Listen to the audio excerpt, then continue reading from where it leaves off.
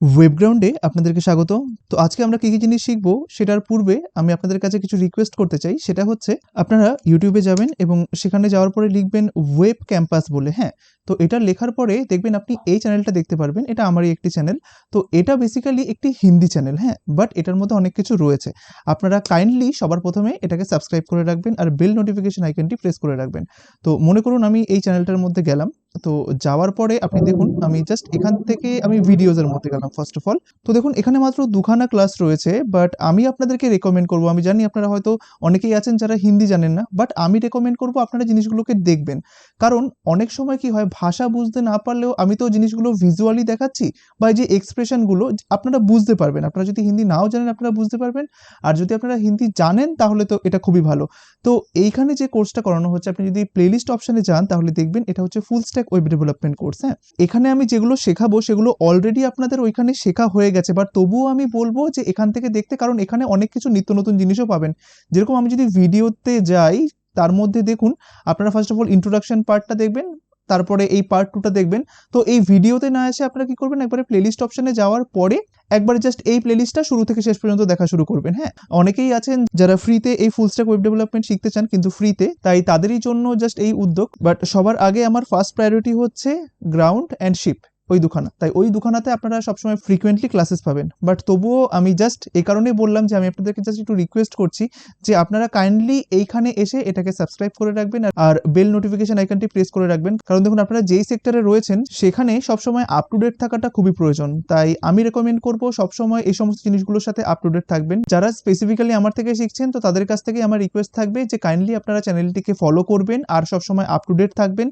আর bell notification আইকনটিকে press করে আপনার অল নোটিফিকেশন আইকনকে প্রেস করে নেবেন। কারণ দেখুন এখান থেকে যখন আমি সাবস্ক্রাইবে ক্লিক করব তখন বেল নোটিফিকেশন আসলো, জাস্ট এই নোটিফিকেশন আইকনে ক্লিক করুন, সেখান থেকে অল নোটিফিকেশন আইকনটাকে এভাবে প্রেস করে রাখবেন। তাহলে কি হবে, যখনই এখানে কোনো লেটেস্ট ক্লাস দেওয়া হবে আপনার কাছে সবার আগে পৌঁছে যাবে, হ্যাঁ? তো আশা করি আপনারা সবসময় যেমন ভ্যালুয়েবল কন্টেন্ট আমার কাছ থেকে পান, তো এখানেও আপনারা কিন্তু ভ্যালুয়েবল কন্টেন্টই পাবেন। তো চলুন আমরা আবার আমাদের ক্লাসে ফিরে যাই। আর নতুন চ্যানেলের যে লিঙ্কটি রয়েছে সেটি আমি ভিডিও ডেসক্রিপশনেও দিয়ে দেবো, সেখান থেকে আপনারা দেখে নেবেন। তো দেখুন আজকে এই পর্বে আমরা শিখতে চলেছি সিএসএস এর অ্যাডভান্স সিলেক্টরের পার্ট 8। তো গত পর্বে আমরা পার্ট 7 এ অনেক কিছু দেখেছিলাম যে সিএসএস এর যে সিউডো ক্লাস এলিমেন্টগুলো আছে সেগুলো কি হয়। তো আজকে আমরা সেই পার্ট 8 এ দেখব যে সিএসএস এর আরো কিছু যে সিউডো ক্লাস সিলেক্টর আছে, যেরকম কোলন চেকড দিয়ে কি হয়, কোলন ডিফল্ট দিয়ে কি হয়, কোলন ডিসেবলড দিয়ে কি হয়, আর কোলন এনাবেলড দিয়ে কি হয়। তো এই সমস্ত সিলেক্টরগুলো খুবই ইম্পর্টেন্ট যখন আপনি ফর্ম নিয়ে কাজ করবেন। যখন দেখবেন আমরা ফর্ম এলিমেন্ট ব্যবহার করি তখন আমাদেরকে বিভিন্ন প্রয়োজনে দেখবেন কোনো একটা যখন আমরা ধরুন চেক বক্স বা রেডিও বাটন ব্যবহার করি তখন আমাদেরকে সেগুলোকে চেক করতে হয়, বা আবার কখনো কখনো দেখবেন কোনো একটা এলিমেন্টকে আমাদের ডিসেবল করতে হয়। তো এখন নয় আমাদের কাছে একটা বা দুটো এলিমেন্ট থাকবে, বাট যখন আপনাকে বড় ফর্ম নিয়ে কাজ করতে হবে সেখানটাতে অসংখ্য এলিমেন্ট থাকে যেগুলো কিনা ডিসেবলড থাকে। তো একসাথে যদি আপনাকে বলা হয় যে ওই সমস্ত ডিসেবলড এলিমেন্টগুলোকে সিলেক্ট করে কোনো একটা সিএসএস অ্যাপ্লাই করো, তখন আপনি কিভাবে করবেন? তো তখন আপনাকে এই সমস্ত সিএসএস এর যে সিউডো ক্লাস এলিমেন্টগুলো রয়েছে সেগুলো আপনাকে হেল্প করবে। তো চলুন দেখা যাক স্টেপ বাই স্টেপ যে এই সিলেক্টরগুলো কিভাবে কাজ করে। আর যদি আপনি এই ক্লাসে আজকে নতুন হয়ে থাকেন তাহলে উপরে থাকা আই বাটনে প্রেস করুন, সেখানে আপনারা এই কোর্সের সমস্ত ভিডিওগুলোকে অ্যাজ এ প্লেলিস্ট পেয়ে যাবেন। পাশাপাশি আপনারা নিচে থাকা ডেসক্রিপশন বক্সেও ক্লিক করতে পারেন, সেখানেও আপনারা এই কোর্সের সমস্ত ভিডিওগুলোকে অ্যাজ এ প্লেলিস্ট পেয়ে যাবেন। আর ভিডিওটিকে একদম শুরু থেকে শেষ পর্যন্ত খুব মনোযোগ সহকারে দেখবেন, একদম স্কিপ করবেন না, কারণ স্কিপ করলে আপনি অনেক কিছু মিস করে যাবেন যেটা আপনার পরবর্তীকালে অনেক প্রবলেম ক্রিয়েট করবে। তো চলুন আজকে আমরা আমাদের ক্লাস শুরু করি। তো চলুন সবার প্রথমে আমরা আমাদের ফোল্ডার স্ট্রাকচারটাকে তৈরি করে নিই। তার জন্য আমরা চলে যাব হচ্ছে ই ড্রাইভের মধ্যে, তার মধ্যে হচ্ছে ওয়েব ক্লাসেস, আর আমাদের ক্লাস সংখ্যাটা আমরা দিয়ে দিই 82। আর এর ভিতরে যাওয়ার পরে আমরা এখানে দুখানা ফাইল রেডি করে নিই। একটা হচ্ছে index.html করে দিন, আর আরেকটা হচ্ছে style.css তৈরি করে নিলাম, মনে করুন style.css। ঠিক আছে, এবার আমাদের নেক্সট কাজ হচ্ছে ভিএস কোডকে ওপেন করা। তো ভিএস কোড ওপেন হয়ে যাওয়ার পরে আপনি এখান থেকে জাস্ট সমস্ত কিছুকে ক্লোজ করে দিন। এখান থেকে রাইট ক্লিক করুন, এখানটাতে দেখুন রয়েছে ক্লোজ আদার্স, বা এখানে দেখুন রয়েছে ক্লোজ অল। তো ক্লোজ অলে ক্লিক করলাম, এখানটাতে ডোন্ট সেভ। ঠিক আছে, তো এবার এখান থেকে জাস্ট এই প্রজেক্ট ফোল্ডারটা আপনি রাখতেও পারেন, চাইলে নাও পারেন। আমি জাস্ট এখান থেকে রিমুভ করে দিলাম, এটাকে রাইট ক্লিক করলাম, রিমুভ ফোল্ডার ফ্রম ওয়ার্কস্পেস করে দিলাম।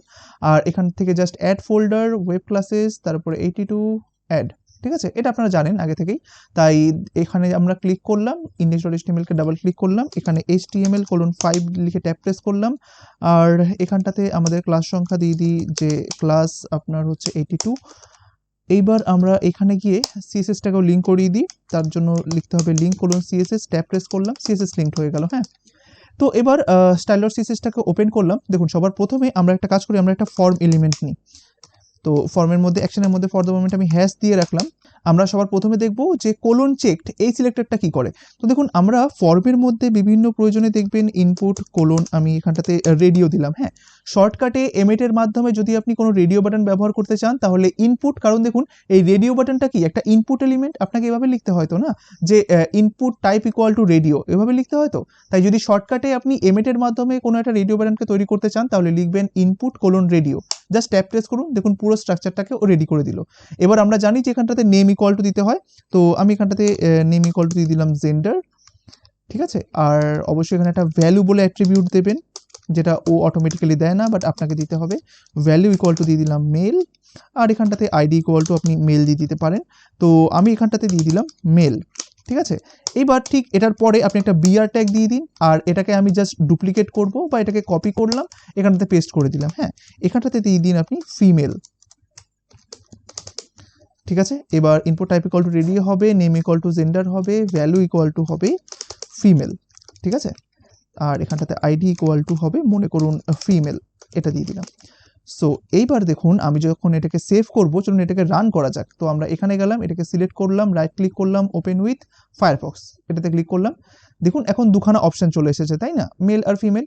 এবার আপনারা জানেন যে এখানটাতে হ্যান্ড শেপ আনতে গেলে যে অর্থাৎ এই মেলে ক্লিক করলেই জাস্ট এটা চুজ হয়ে যাবে, এটা কিভাবে করতে হয় এটা আমি যখন আপনাদেরকে ফর্ম শিখিয়েছিলাম তখন খুব ভালোভাবে বিস্তারিতভাবে আলোচনা করে দিয়েছি।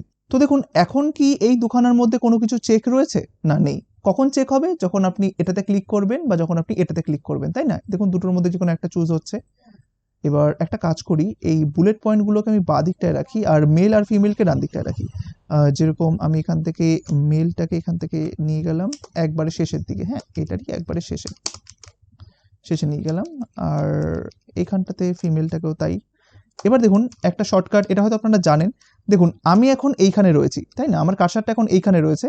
তো আমাকে এই কার্সারটাকে এইখান থেকে এই ফিমেলের আগে নিয়ে যেতে গেলে আমি মাউসের মাধ্যমে যদি করি তাহলে আমাকে মাউসটা কিন্তু ধরতে হবে। হ্যাঁ, দেখুন এখন কার্সারটা এখানে রয়েছে, আমি মাউস নিয়ে গিয়ে জাস্ট এই ফিমেলের আগে একটা ক্লিক করব, এভাবে নিয়ে যেতে হয়। বাট আমার যদি একটা কিবোর্ড শর্টকাট জানা থাকে, আপনাদের কিবোর্ডের মধ্যে দেখবেন হোম আর এন্ড বলে দুটো বাটন রয়েছে বা দুটো কি রয়েছে। দেখুন আপনি যদি প্রথমে আসতে চান একটা লাইনের তাহলে আপনাকে প্রেস করতে হবে হোম, আর যদি ধরুন আপনি শেষে যেতে চান কোনো একটা লাইনের তাহলে প্রেস করবেন এন্ড। কারণ দেখুন আপনি যদি ধরুন এখানটাতে অনেকে কি করে, ধরুন আপনি এন্ডে রয়েছেন, তো প্রথমে যাওয়ার জন্য উনি দেখবেন এভাবে জাস্ট লেফট অ্যারো কিটাকে এভাবে প্রেস করতে করতে আসে। তো এতে দেখুন কতটা সময় লেগে যাচ্ছে। আপনি যদি একবারে আসতে চান জাস্ট হোমে প্রেস করুন, দেখুন চলে গেলেন। আবার দেখুন আপনি যদি এন্ডে যেতে চান তাহলে এন্ডে প্রেস করুন, চলে গেলেন। তাই এই জিনিসটা একটু মনে রাখবেন, জাস্ট আপনাদের কাজ করতে সুবিধা হবে পরবর্তীকালে। তো দেখুন আমি এখান থেকে এই ফিমেল লেখাটাকে জাস্ট সিলেক্ট করলাম, কন্ট্রোল এক্স করলাম, আর এখান থেকে জাস্ট কন্ট্রোল এক্স করতে হবে, জাস্ট আমি এখানে পেস্ট করে দিলাম, সেভ করলাম। এইখানে যাওয়ার পরে রিফ্রেশে প্রেস করলাম, দেখুন এখন মেল আর ফিমেল চলে এসেছে। তো আমি জাস্ট যখন এইখানে ক্লিক করব দেখুন এখন এটা চুজ হচ্ছে। তো আপনি যদি চান যে ইউজার যখনই এই যে ধরুন কখনো মেলে ক্লিক করছে কখনো ফিমেলে ক্লিক করছে, তো এর উপরে বেস করে ইউজার যেটাকে চুজ করেছে বা যেটাকে সিলেক্ট করেছে সেটাকে আপনি সিএসএস দিতে চান, তো তখন আপনি কি করে বুঝবেন যে ইউজার কোনটাকে সিলেক্ট করেছে? এই যে ইউজার তো কখনো এটাকেও সিলেক্ট করছে তো কখনো এটাকেও সিলেক্ট করছে। এবার যেই মুহূর্তে ইউজার এখানে ক্লিক করছে এমন তো নয় না যে সেই মুহূর্তে আপনার ও যেটাকে চুজ করেছে তার মধ্যে একটা ক্লাস পড়ে গেল যে আপনি সেই ক্লাসটাকে ধরে সিএসএস এর মধ্যে সিএসএস দিলেন, না এরকম কিন্তু কিছু হয় না। বাট তাহলে আপনি ধরবেন কি করে যে ইউজার কোনটাকে সিলেক্ট করেছে? ঠিক, তো তার জন্য আমাদের সিএসএস এর এই সিউডো ক্লাস সিলেক্টর হেল্প করে। তো দেখুন আপনাকে কি লিখতে হয়, আপনাকে এখানে দিতে হয় কোলন চেকড। তো দেখুন এইভাবে যদি আপনি এখন কোলন চেকড লেখেন তাহলে প্রবলেমটা কি দাঁড়ায়। এইবার এই যে ধরুন আপনি চেক করছেন এটা আপনি রেডিও বাটনেও করতে পারেন, আবার আপনি চেক বক্সেও করতে পারেন, আবার এই যে আপনি কোলন চেকড লিখেছেন এটা আবার ওই সিলেক্ট আর অপশন নিয়ে আমরা কাজ করেছিলাম না, সেখানেও কিন্তু কাজ করে। অর্থাৎ আপনি কোন অপশনটাকে সিলেক্ট করলেন সেটাও কিন্তু আপনি এই চেকডের মাধ্যমে ধরতে পারেন। বাট ফর দ্য মোমেন্ট ওই কোন অপশনটা আমার সিলেক্ট অপশনের মধ্যে রয়েছে সেটাকে আমাদের বেশি কাজে লাগে না, আমাদের সব থেকে বেশি এই প্রপার্টিটা কাজে লাগে আপনার বা এই সিলেক্টরটা কাজে লাগে হচ্ছে রেডিও বাটন আর চেক বক্সের ক্ষেত্রে। হ্যাঁ, তো দেখুন আমরা যেই এলিমেন্টটাকে সিলেক্ট করে রেখেছি যদি আমি সেই এলিমেন্টটাকে সিএসএস দিতে চাই তো তার জন্য আমাদের দিতে হবে এভাবে কোলন চেক। আর আমরা চাইলে এটাকে জাস্ট স্পেসিফাইড করে দিতে পারি যে আমি চাইছি যেই সমস্ত ইনপুটের টাইপ ইকুয়াল টু অ্যাট্রিবিউট রয়েছে আর তাদের ভ্যালু রয়েছে হচ্ছে রেডিও, তাদের যে চেকড প্রপার্টিটা রয়েছে শুধুমাত্র তাদের সাথেই তুমি কাজটা করো। নাহলে কি হবে বলুন তো, আমি যদি এইটা না দিতাম, অর্থাৎ আমি যদি স্পেসিফিক করে না দিতাম অ্যাট্রিবিউট সিলেক্টরের মাধ্যমে, তাহলে কি হতো, ও এখানে যদি কোনো একটা চেক বক্স থাকতো ও কিন্তু তার রেসপেক্টেও কাজ করতো, তাই না? তো চলুন দেখা যাক, আমি আপাতত স্পেসিফিক্যালি বলে দিচ্ছি, তারপরে আমরা জিনিসটাকে দেখবো। দেখুন আমরা কি লিখলাম, যে সমস্ত ইনপুট এলিমেন্টের টাইপ বলে অ্যাট্রিবিউট রয়েছে আর তাদের ভ্যালু হিসাবে রয়েছে রেডিও, ওদের যে চেকড স্ট্যাটাসটাকে তুমি ধরো। তাই দেখুন আপনি যেই মুহূর্তে এই জিনিসটাকে লিখবেন তখন ও সার্চ করবে যে HTML এর মধ্যে কোথায় input type equal to radio রয়েছে আর তাদের যে চেক স্ট্যাটাসটা রয়েছে ও শুধুমাত্র সেটাকে ধরবে। যেরকম আপনি যেই মুহূর্তে এখানটাতে ক্লিক করলেন, অর্থাৎ কি, অর্থাৎ এখন এই ইনপুট এলিমেন্টের স্ট্যাটাসটা কিন্তু চেকড হয়ে গেল, এই যে এটার। আর যখন আপনি এটাতে ক্লিক করবেন তখন ফিমেলের হয়ে যাবে, তাই না? তাই দেখুন এইবার এটার উপরে বেস করে আমরা CSS দিতে পারি। যেরকম আমরা যদি এখানটাতে লিখি, তো মনে করুন আমি এখানে একটা CSS লিখলাম যে যখনই কেউ কোনো একটা ইনপুট এলিমেন্ট যেটা কিনা রেডিও, তার উপরে যখন ক্লিক করবে বা যখন তাকে সিলেক্ট করবে বা যখন তাকে চেকড করবে, তার উইথ হয়ে যাক মনে করুন 20 পিক্সেল আর হাইট হয়ে যাক মনে করুন 20 পিক্সেল, এই দুখানা করলাম। তো এখানে সেমিকোলন দিলাম, সেমিকোলন দেওয়ার পরে জাস্ট আমরা এখানে যাওয়ার পরে এটাকে জাস্ট রিফ্রেশে প্রেস করলাম। দেখুন এখন যেটা আমি সিলেক্ট করে রেখেছিলাম সেটা সাইজটা দেখুন বড় হয়ে গেল। তো আমি যদি এখন মেলের এখানে ক্লিক করি, দেখুন এটা বড় হয়ে গেছে, আবার এটাতে ক্লিক করলাম এটা বড় হয়ে গেছে। হ্যাঁ, তো এটা জাস্ট এই ইনপুট এলিমেন্ট রয়েছে। তো এবার মনে করুন আমার যদি এখানে কোনো একটা চেক বক্স থাকতো, তো আমরা জাস্ট এখানটাতে চেক বক্স দেওয়ার জন্য লিখবো যে ইনপুট কোলন চেক বক্স। দেখুন অটো সাজেশন দিয়ে দিচ্ছে এমএট, দেখুন এই যে এই জায়গাটাতে দেখুন অটো সাজেশন দিয়ে দিচ্ছে যে আপনি কি এটা লিখতে চাইছেন, ঠিক আছে? তাই এখানটাতে দিয়ে দিলাম ধরুন input colon check box, just tap press করুন, দেখুন আবার যথারীতিভাবে একটা চেক বক্স তৈরি হয়ে গেল। এখানটাতে নেম ইকুয়াল টু দিয়ে দিন, ধরুন এখানে দিয়ে দিলাম ধরুন কোয়ালি, আর এখানটাতে দিয়ে দিলাম ধরুন BA, বা এখানটাতে দিয়ে দিন ধরুন HTML সাপোজ। তো আমি এখানটাতে জাস্ট আর কোনো কিছু দিলাম না, জাস্ট পরপর দুখানা আমি ইনপুট এলিমেন্ট রেখে দিলাম। হ্যাঁ, এই যে এই দুখানা রেখে দিলাম। এখানটাতে নেম ইকুয়াল টু কোয়ালি থাকলো, এখানে ধরুন থাকছে যে CSS। বেশ, তো এবার দেখুন আমি যখন এইখানে আসবো রিফ্রেশে প্রেস করব, দেখুন আমরা একটু জাস্ট BR দিয়ে দিই। হ্যাঁ, এটা BR ট্যাগ দিয়ে দিই, তাহলে দেখতে সুবিধা হবে। এখানে ধরুন একটা BR আর একটা BR থাকলো। তো এবার আমরা যখন এইখানে যাব রিফ্রেশে প্রেস করব, দেখুন এই দুটো এভাবে রয়েছে।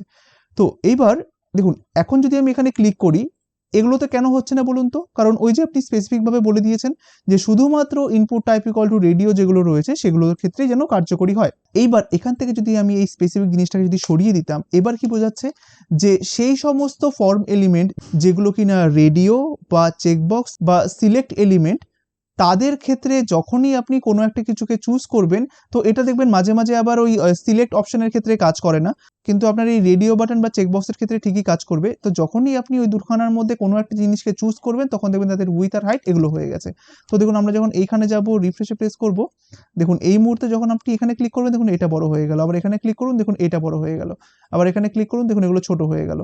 তাহলে দেখুন এদের স্টেটগুলোকে ধরে আমরা কাজ করতে পারছি, তাই না? যে এটা সিলেক্টেড কিনা, এটা সিলেক্টেড কিনা, বা যদি এইটা সিলেক্টেড হয় তাহলে এইটা করো। কিন্তু দেখবেন আপনারা একটা জিনিস নোটিস করবেন যে আপনারা এখন এইগুলো দিচ্ছেন ঠিকঠাকভাবে কাজ করছে, আবার মার্জিন দিলে কাজ করে, কিন্তু অনেক রকম CSS প্রপার্টি রয়েছে যেগুলো কিনা এখানে কাজ করে না, ঠিক আছে? আর আপনারা যখন পরবর্তীকালে যখন ডিজাইন করবেন বিভিন্ন রকমের, তখন ওইখানে দেখবেন যে ওখানকার যে সমস্ত রেডিও বাটনগুলো থাকে বা চেকবক্সগুলো থাকে সেগুলো বিভিন্ন ডিজাইনের হয়, ঠিক আছে? কারণ দেখবেন যখন আপনি পরবর্তীকালে যখন কোনো একটা PhD ডিজাইন করবেন, তখন দেখবেন এই চেকবক্সগুলো খুবই কাস্টমাইজ করা থাকে। তো ওগুলো কিভাবে করতে হয় সেগুলো আমরা পরবর্তীকালে দেখব। বাট যখন আমরা এই সমস্ত কাস্টমাইজ সিলেক্ট বক্স নিয়ে বা কাস্টমাইজ রেডিও বাটন নিয়ে কাজ করব, তখন কিন্তু আমার এই প্রপার্টিটা খুবই কাজে লাগবে। এই যে ধরুন চেকড, যে কোনটা আমার চেকড রয়েছে, ঠিক আছে? এগুলো কিন্তু খুব কাজে লাগবে। বা বেসিক্যালি বলতে পারেন এই যে কোলন চেকড, এই যে এই সিলেক্টরটা রয়েছে, এটা সবথেকে বেশি আপনার কাজে লাগে হচ্ছে jQuery-তে।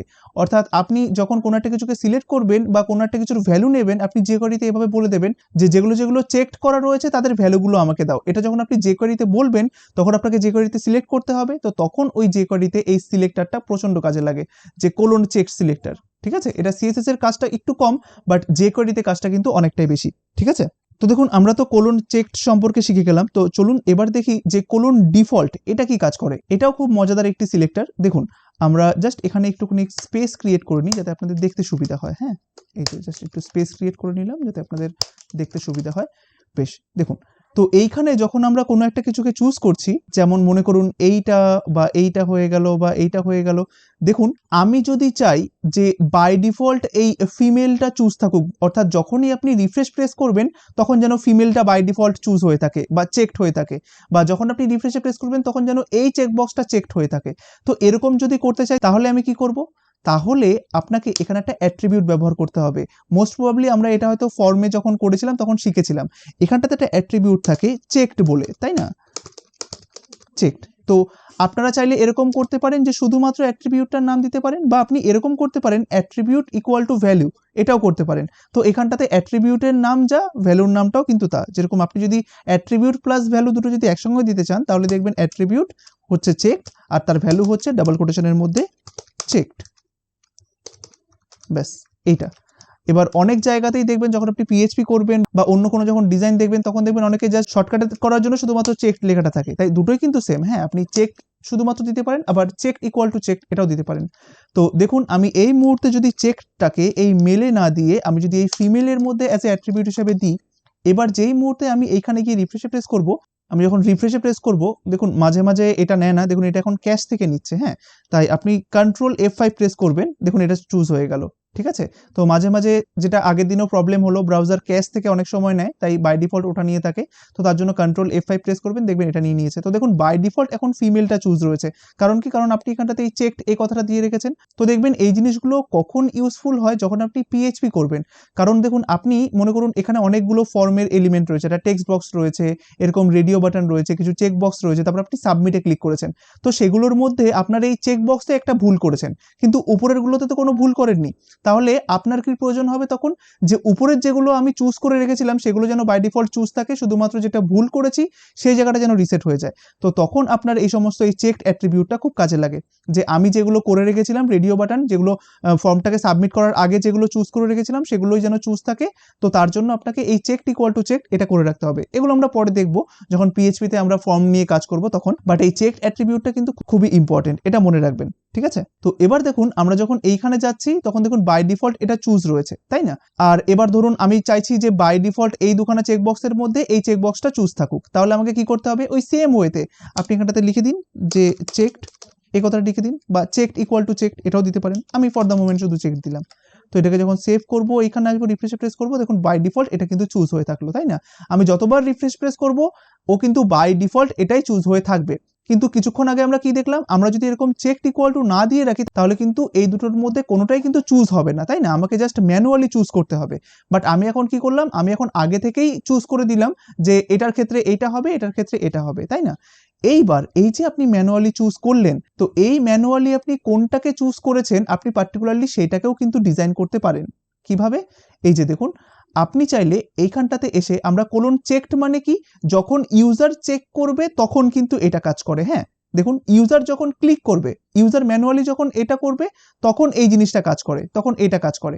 বা আপনি বলতে পারেন যে দেখুন আমি তো এখন ম্যানুয়ালি কোনো কিছু দিইনি, বাই ডিফল্ট আপনি এটাকে চেক করে রেখেছেন, তাই দেখুন তখনও কিন্তু এটা কাজ করছে। ঠিক আছে, তাই আপনি যদি চান তাহলে এটারই অল্টারনেটিভ হিসাবে আরেকটা প্রপার্টি বা আরেকটা সিএসএস এর সিউডো সিলেক্টর ব্যবহার করতে পারেন, যেটা হচ্ছে কিনা ডিফল্ট।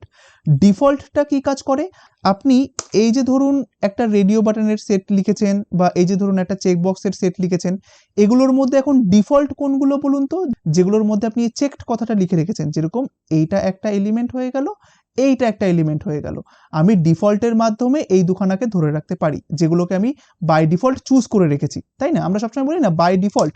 তাই দেখুন ডিফল্ট আমি এগুলোকে চুজ করে রেখেছি না, আপনি চাইলে এগুলোকে এই কোলন ডিফল্টের মাধ্যমে চুজ করতে পারেন। যেরকম আমি যদি এখানটাতে এই চেকটাকে সরিয়ে দিয়ে এভাবে দিয়ে দিই যে ডিফল্ট, তাহলেও কিন্তু এটা হবে। ঠিক আছে, আমি এটাকে সেভ করলাম, আমরা এইখানে যাব, রিফ্রেশে প্রেস করলাম, দেখুন এখন কিন্তু এটা দেখা যাচ্ছে, তাই না। আমি যদি এখানেও কন্ট্রোল F5 প্রেস করি তাহলেও কিন্তু হচ্ছে। তো এখানে একটা জিনিস খুব ভালোভাবে মনে রাখবেন যে এখানে কিন্তু সব সিএসএস এর প্রপার্টিগুলো কিন্তু কাজ করে না। এখানটাতে যেরকম উইথ হাইট কাজ করছে, সেরকম মাঝে মাঝে দেখবেন বক্স শ্যাডো কাজ করছে, বাট আপনি চাইছেন মার্জিন দিতে, ব্যাকগ্রাউন্ড দিতে, কালার দিতে, বাট সেগুলো কিন্তু অনেক সময় অ্যাপ্লাই হবে না বা অ্যাপ্লাই হয় না। তো এগুলো একটুখানি কাইন্ডলি দেখে বা বুঝে আপনারা কিন্তু অ্যাপ্লাই করবেন। হ্যাঁ, বাট কখনো এরকম প্রয়োজন পড়ে না যে আপনাকে এভাবে জাস্ট যেটা কাস্টমার সিলেক্ট করলো বা যেটা ইউজার সিলেক্ট করছে তার উপরে বেস করে আপনাকে কোনো একটা আলাদা সিএসএস দিতে হয়, কারণ দেখবেন এগুলো সব থেকে বেশি ব্যবহার করা হয় সিএসএস এর থেকে বেশি আপনার যখন আপনি jQuery ব্যবহার করবেন সেখানে যেরকম আমরা কোলন চেকড দেখলাম, সেরকম আরো অনেক ফর্মের সিলেক্টরগুলো দেখবেন ওখানটাতে jQuery এর মধ্যে আরো অনেক এক্সট্রা ফর্মের এই সমস্ত সিলেক্টর আমরা ওখানে আরো দেখতে পারবো। ঠিক আছে, তাই এগুলো জাস্ট জেনে রাখা ভালো যে ডিফল্ট মানে কি। ডিফল্ট মানে হচ্ছে যেটা বাই ডিফল্ট আপনি এই চেকডের মাধ্যমে চুজ করেছেন সেইটা। ঠিক আছে, আর চেকড মানে কি, যে ইউজার যেই মুহূর্তে এখানটাতে ক্লিক করলো মানে এটা তখন এটা চেকড অবস্থায় অটোমেটিক্যালি হয়ে গেল, আর সেটাকেই আমি সিএসএস এর মাধ্যমে চুজ করতে পারছি। অর্থাৎ ম্যানুয়ালি যখন ইউজার চুজ করছে সেই অবস্থাতেই আমি এটার উপরে সিএসএস অ্যাপ্লাই করতে পারছি, তাই না? আর এটা কি, এটা হচ্ছে বাই ডিফল্ট আমি যেটা সিলেক্টেড থাকবে সেটার উপরে কি সিএসএস দেবো সেটা। ঠিক আছে, আশা করি আপনারা এই চেকড আর ডিফল্ট জিনিসটাকে ভালোভাবে বুঝতে পারলেন। তো এবার চলুন আমরা আরেকটা সিউডো ক্লাস সিলেক্টর সম্বন্ধে জানি, যেটা কিনা হচ্ছে ডিসেবলড। দেখুন, আমরা যখন ফর্ম বানাই তখন ফর্মের মধ্যে আমাকে ইনপুট টেক্সট যেরকম লিখতে হয়, এই যে ইনপুট কোলন টেক্সট দিলাম, দেখুন এটা চলে আসলো, এখানটাতে দিলাম নেম। ঠিক আছে, আইডি ইকুয়াল টু দিয়ে দিলাম নেম, আর এখানে আপনি মনে করুন দিয়ে দিলাম যে নেম, সরি এখানটাতে দিয়ে দিন নেম। বেশ, সো এখানটাতে জাস্ট একটা বিআর দিয়ে দিন, এটাকে জাস্ট নিচের লাইনে আমি আসলাম, এখানটাতে দিয়ে দিলাম ধরুন কোর্স। ঠিক আছে, সো এখানটাতে দিয়ে দিলাম মনে করুন সাবজেক্ট। ঠিক আছে, এগুলো দিয়ে দিলাম। তো এবার দেখুন এখানে যখন আমি যাব, এটাকে যখন সেভ করব, তারপরে যখন এখানে এসে রিফ্রেশে প্রেস করব, তখন দেখুন এই তিনখানা জিনিস আপনি পরপর দেখতে পাচ্ছেন, তাই না? তো আমরা শিখেছি যে কোনো একটা ইনপুট এলিমেন্টকে, সেটা টেক্সট হতে পারে, সেটা পাসওয়ার্ড হতে পারে, সেটা টেক্সট এরিয়া হতে পারে, যদি আমি চাই যে ডিসেবলড করে রাখবো, যে ইউজার ওখানে কোনো কিছু টাইপ করতে পারবে না, ওটা ডিসেবলড অবস্থা থাকবে, তাহলে আপনাকে কি অ্যাট্রিবিউট ব্যবহার করতে হয়? ডিসেবলড, তাই না? এই যে ডিসেবলড। তাই এগুলো কিন্তু খুব ইম্পর্টেন্ট প্রপার্টি, যেরকম চেকড আপনি শিখলেন সেরকম হচ্ছে ডিসেবলড। তাই দেখুন এটা এভাবে লেখা মানে কি, আমি এভাবেও লিখতে পারি, আবার ডিসেবলড ইকুয়াল টু ডিসেবলড এটাও কিন্তু লিখতে পারি। তাই আমি ফর দ্য মোমেন্ট এখানটাতে ডিসেবলড কথাটা লিখলাম, আমি এখানটাতে গেলাম, যার পরে রিফ্রেশে প্রেস করলাম, দেখুন এখন এটা একটু গ্রে হয়ে গেল, তাই না? আপনি এটাতে এখন লিখতে পারবেন, এটাতে লিখতে পারবেন, কিন্তু এইটাতে কিন্তু আপনি লিখতে পারবেন না, ইভেন ক্লিকও করতে পারবেন না। ঠিক আছে, তাই দেখুন যদি এই সমস্ত ডিসেবলড এলিমেন্টকে আপনাকে ধরতে হয় আপনার একটা ফর্মের মধ্যে, কারণ দেখুন আপনাকে যদি এই মুহূর্তে ধরতে বলা হয় আপনি কি করবেন, আপনি নয় এই অ্যাট্রিবিউট সিলেক্টরের মাধ্যমে ধরবেন, যে বা এই আইডি সিলেক্টরের মাধ্যমে ধরতে পারেন, বা এখানটাতে আরেকটা ক্লাস দিতে পারেন, তারপরে আপনাকে সিএসএস এ গিয়ে সেটাকে সিএসএস দিতে হবে, তাই না? কিন্তু আপনি যদি এখানটাতে কোনো ক্লাস টাস কোনো কিছু না লিখে আপনি দেখতে পাচ্ছেন যে এই যে অ্যাট্রিবিউট এটা হচ্ছে ডিসেবলড এলিমেন্ট, তাই আপনি যদি চান যে সমস্ত ইনপুটগুলো ডিসেবলড অবস্থায় রয়েছে তাদেরকে ধরবেন, ধরে একটা সিএসএস দিতে চান, তাহলে আপনি সেটাকে এইভাবে দিতে পারেন যে কোলন ডিসেবলড। দেখুন কোলন ডিসেবলড বলে একটা সিএসএস এর সিউডো ক্লাস সিলেক্টর রয়েছে, আপনি এভাবে দিতে পারেন। আর স্পেসিফিক করে বলে দেওয়ার জন্য জাস্ট ওই কোলনের আগে আপনি বলে দিন যে সমস্ত ইনপুট এলিমেন্ট রয়েছে যেগুলো কিনা ডিসেবল তাদেরকে ধরো, বা এরকম ভাবে আপনি স্পেসিফিক ভাবে বলে দিতে পারেন। বাট আমরা স্পেসিফিক কোনো কিছু বললাম না, আমরা জাস্ট লিখলাম কোলন ডিসেবলড। আর এখানটাতে এবার আপনি সিএসএস দিতে পারেন। এবার কোলন ডিসেবলড মানে কোনগুলোকে ধরবে, এই ফর্মের মধ্যে যেগুলো ডিসেবলড এলিমেন্ট রয়েছে ও কিন্তু শুধুমাত্র সেগুলোকে ধরবে। যেরকম ও এখন একটা পেয়েছে তাই এখন শুধুমাত্র এটাকেই ধরবে, তাই দেখুন এখানে কোলন ডিসেবলটাকে ধরলো, ধরার পরে জাস্ট আমি যদি এখানটাতে দিয়ে দিই যে ব্যাকগ্রাউন্ড কোলন ধরুন রেড দিয়ে দিলাম, হ্যাঁ চলুন তো দেখা যাক কাজ করে নাকি। আমরা এখানে গেলাম, রিফ্রেশে প্রেস করলাম, দেখুন এটার ব্যাকগ্রাউন্ডটা রেড হয়ে গেল, তাই না? এগুলোর কিন্তু কিচ্ছু হয়নি, শুধুমাত্র যেটা ডিসেবলড অবস্থায় রয়েছে শুধুমাত্র সেটার মধ্যেই কিন্তু এই কালারটা পড়লো, তাই না? আপনি চাইলে এখানটাতে যে কোনো কিছু দিতে পারেন, এখানে উইথ হাইট সমস্ত কিছু আপনি দিয়ে রাখতে পারেন। যেরকম আমি মনে করুন এখানটাতে দিয়ে দিলাম যে হাইট কোলন 30 পিক্সেল, বা প্যাডিং দিতে পারেন, বা যে কোনো কিছু। দেখুন এটা বেড়ে গেল, তাই না? তাই দেখুন আপনাকে যদি সিএসএস এর মাধ্যমে কোনো ডিসেবলড এলিমেন্টকে চুজ করতে হয় তাহলে আপনি এভাবে কোলন ডিসেবলড এর মাধ্যমে সেটাকে চুজ করতে পারেন। আর যদি আমাদের এই সিএসএস এর সিউডো ক্লাস সিলেক্টরটা যদি জানা না থাকতো তাহলে আমাকে কি করতে হতো, এটাকে চুজ করার জন্য আমাকে এখানে একটা ক্লাস লিখতে হতো, তারপরে সেই ক্লাসটাকে ধরে আমাকে এখানে সিএসএস দিতে হতো, তাই না? তাই দেখুন আমি যেটা আগেও বলেছি যে কখনো কখনো হয়তো সিচুয়েশন এমনও হতে পারে যে আপনাকে এইচটিএমএল এর মধ্যে কোনো এডিট করতে দেওয়া হলো না, বা আপনি এইচটিএমএল এর মধ্যে কোনো এডিট করতে পারবেন না, বাট আপনাকে এটাকে ধরে সিএসএস দিতেই হবে। তখন আপনি কি করবেন, তখন আপনাকে সিএসএস হেল্প করবে, তাই না? যে আমি এইচটিএমএল এর মধ্যে কোনো কিছু করলাম না, কিন্তু জাস্ট সিএসএস আমাকে হেল্প করলো এই জিনিসটাকে ধরতে, তাই না? কতটা ইউজফুল বলুন তো? ঠিক। তো দেখুন এর পরের যে সিলেক্টরটা সেটা হচ্ছে এনাবেলড। অ্যাকচুয়ালি এনাবেলড এর কোনো কাজ নেই, কারণ দেখুন ডিসেবলড ছাড়া বাকি প্রপার্টিগুলো হচ্ছে এনাবেলড, তাই না? যেগুলো ডিসেবলড করা নয় সেগুলোই হচ্ছে আমার কাছে এনাবেলড। তাই বলুন তো এইখানে এনাবেলড প্রপার্টিগুলো বা এনাবেলড ফর্ম এলিমেন্টগুলো কোনটা কোনটা? ঠিক এইটা হচ্ছে এনাবেলড আর এটা হচ্ছে এনাবেলড, তাই না? কারণ এই মাঝখানেটা হচ্ছে ডিসেবলড অবস্থায় রয়েছে। তাই আপনি যদি চান যে এনাবেলড হওয়া এলিমেন্টগুলোকে আপনি ধরবেন, তখন আপনি কি করবেন, জাস্ট এই ডিসেবলের জায়গায় লিখে দিন এনাবেলড। ঠিক আছে, জাস্ট এটাকে সেভ করলাম, আমরা এখানে গেলাম, রিফ্রেশে প্রেস করলাম, দেখুন এখন ওই দুখানা যারা কিনা এনাবেলড অবস্থায় রয়েছে তাদের মধ্যে সিএসএসটা পড়ে গেল, এখন ডিসেবলটা ঠিক আগের মতোই কিন্তু রয়েছে, তাই না? ঠিক। তাহলে যদি কোনো ডিসেবলড এলিমেন্টকে ধরতে হয় তাহলে কোলন ডিসেবলড, আর যদি কোনো এনাবেলড এলিমেন্টকে ধরতে হয় তাহলে কোলন এনাবেলড। আর এগুলো কিন্তু খুব ভালোভাবে মনে রাখবেন, কোলন ডিসেবলড, কোলন চেকড বা কোলন ডিফল্ট, এগুলো আপনাকে সিএসএস এর থেকে বেশি কিন্তু হেল্প করবে যে কোয়েরিতে। আর এই কোলন ডিসেবলডটা আপনাকে সিএসএস এর ক্ষেত্রে বেশিরভাগ সময় হেল্প করে, কারণ এখানটাতে আপনি দেখা গেল যেগুলো কিনা ডিসেবলড এলিমেন্ট সেগুলোর দেখা গেল আপনাকে বলা হলো ব্যাকগ্রাউন্ডটাকে একটু অন্য ধরনের করে দিন বা ওটার মধ্যে একটা বর্ডার দিয়ে দিন, তো তখন আপনার এই সমস্ত সিউডো ক্লাস সিলেক্টরগুলো কিন্তু খুব প্রয়োজন হয়। ঠিক আছে, তো এর পরবর্তী ক্লাসে আমরা আরো ইন্টারেস্টিং কিছু সিউডো ক্লাস সিলেক্টর জানতে চলেছি, যেগুলো কিনা খুবই ইম্পর্টেন্ট আপনার সিএসএস এ কাজ করার জন্য। তাই আজকের জন্য এটুকুই, আশা করি আজকের এই ক্লাসটি আপনাদের খুবই ভালো লেগেছে। ভালো থাকবেন, ধন্যবাদ।